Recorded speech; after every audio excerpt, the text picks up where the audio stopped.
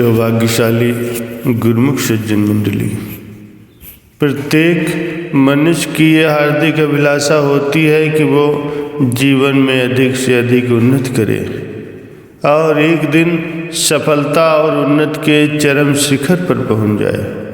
मनुष्य की उन्नति करने की यह अभिलाषा कुछ अनोखी नहीं है। संसार की प्रत्येक वस्तु इसी प्रयत्न और पुरुषार्थ में संलग्न है।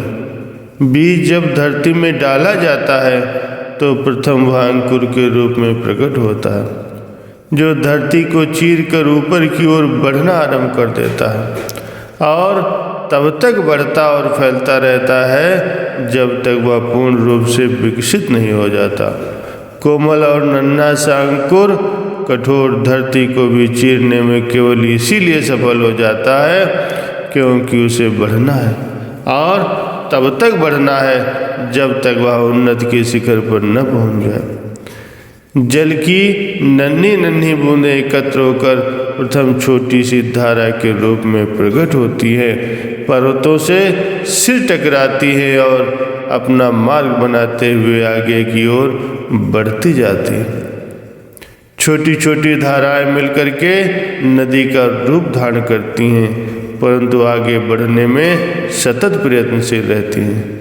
ये प्रयत्न उनका तब तक जारी रहता है जब तक जल की बूंदें, जो अब नदी के रूप में है, विशाल समुद्र में जाकर मिल नहीं जाती और विशाल समुद्र का रूप ग्रहण नहीं कर लेती।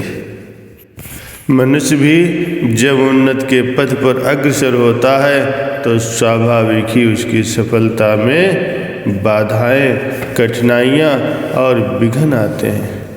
एक स्थान से दूसरे स्थान पर जाने में भी कष्टों का सामना करना पड़ता है। मार्ग में कांटे हैं, पत्थर हैं, ऊबड़ खाबड़ धरती है, खाइयाँ हैं। हो सकता है पाँव में कांटे भी गड़ जाएं। संभव है कि ठोकर लगे और मनुष्य सिर के बल गिर पड़े। अंधेरे में मार्ग में भटकने और ठोकर खाने की संभावना और भी बढ़ जाती है, किंतु जिसे अपने लक्ष्य अथवा गंतव्य स्थान तक पहुंचना हो तो क्या वह इन कठिनाइयों और बाधाओं की परवाह करता है और हाथ पर हाथ धर करके बैठ जाता है? नहीं, ऐसा नहीं। लक्ष्य प्राप्ति के लिए दृढ़ निश्चय के साथ प्रयत्न और पुरुषार्थ तो करना ही पड़ता है। कठिनाइयों और बाधाओं से घबराकर मनुष्य को प्रयास नहीं छोड़ना चाहिए। कठिनाइयों से जूझते हुए और उनका सामना करते हुए मनुष्य को अपने पथ पर निरंतर अग्रसर होते रहना चाहिए। जीवन नाम ही संघर्ष का है। कठिनाइयों और बाधाओं से जूझना ही जीवन है। जो कठिनाइयों और बाधाओं से घबराते हैं और उनसे जूझने की अपेक्षा साहस छोड़ देते हैं, ऐसे उत्साहहीन दुर्बल विचारों के व्यक्ति मृतक के समान हैं। ऐसे व्यक्ति जीवन में कभी भी उन्नति और सफलता प्राप्त नहीं कर सकते। इसके विपरीत जो बाधाएं और कठिनाइयों का दृढ़ निश्चय के साथ सामना करते हैं, वे निश्चय से ही अपने लक्ष्य को प्राप्त करने में सफल हो जाते हैं। मार्ग में विघ्न है, बाधाएं हैं, कठिनाइयां हैं, इसीलिए इस कार्य को छोड़ देना चाहिए। ऐसी दुर्बल भावना को हृदय से जितना जल्दी हो सके निकाल दो। जो व्यक्ति कठिनाइयों, बाधाओं और विघ्नों का सामना करने की अपेक्षा उनसे भागता है, तो इसका मूल कारण ये है कि उसमें दृढ़ संकल्प, दृढ़ निश्चय और आत्मविश्वास की कमी है। ऐसा व्यक्ति पुरुषार्थ करने की अपेक्षा सदैव अपने भाग्य को कोसता रहता है, किंतु उसे ये बात सदैव स्मरण रखनी चाहिए कि भाग्य भी सदैव पुरुषार्थी मनुष्य का ही साथ देता है। भाग्य पर भरोसा करके हाथ पर हाथ धरकर बैठ जाने वाला व्यक्ति जीवन में कभी भी उन्नति नहीं कर सकता। इसीलिए मनुष्य को केवल भाग्य पर आश्रित न रह करके कर्तव्य परायण, पुरुषार्थी और दृढ़ निश्चयी बनना चाहिए। श्री रामचरितमानस में कथन आया है कि ईश्वर अंश जीव अविनाशी, कि मनुष्य सर्वशक्तिमान ईश्वर का अंश है। यद्यपि मनुष्य अपने अंश से बिछड़ा हुआ है, परंतु फिर भी वो है तो उसी का ही अंश, इसीलिए उसमें शक्तियों की कोई कमी नहीं है। जैसा कि किसी विचारवान ने भी कहा है, ताकते हैं तुझमें बहदो हिसाब, कुव्वतें हैं बेमिसालो लाजवाब। ऐ मनुष्य, तुम्हारे अंदर अनंत और असीम शक्तियाँ विद्यमान हैं। ऐसी शक्तियाँ विद्यमान हैं जो अद्वितीय और अतुलनीय हैं। यदि मनुष्य इन शक्तियों का उपयोग नहीं कर पाया तो केवल इसीलिए कि उसे अपनी शक्तियों के विषय में पता नहीं है।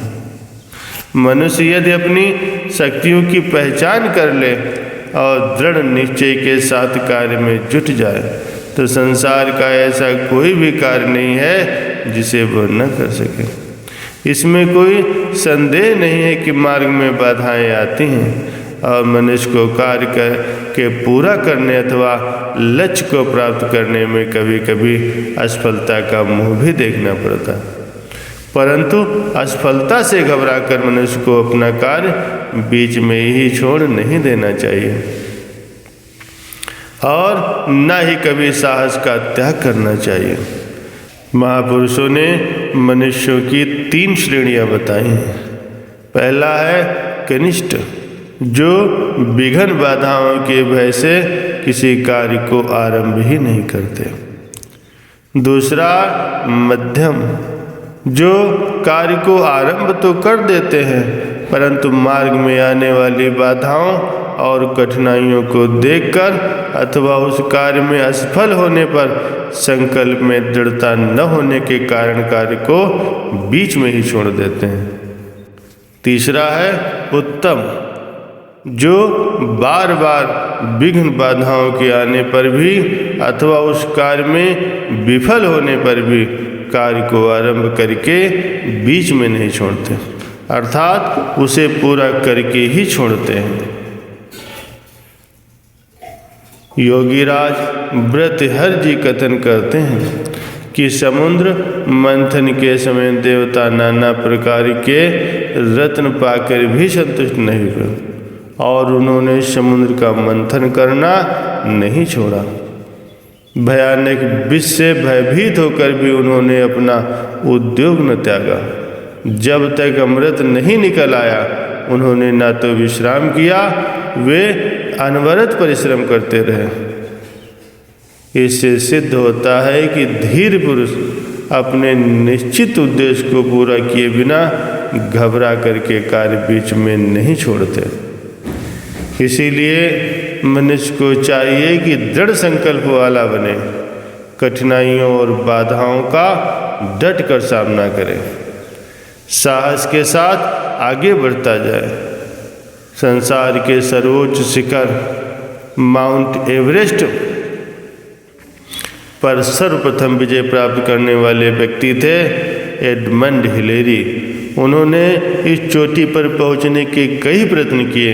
अनेकों बाधाओं का जैसे तूफान, हिमस्खलन आदि के कारण बार बार उन्हें असफलता का मुंह देखना पड़ता था, किंतु इससे न तो वे घबराए और न ही हतोत्साहित हुए।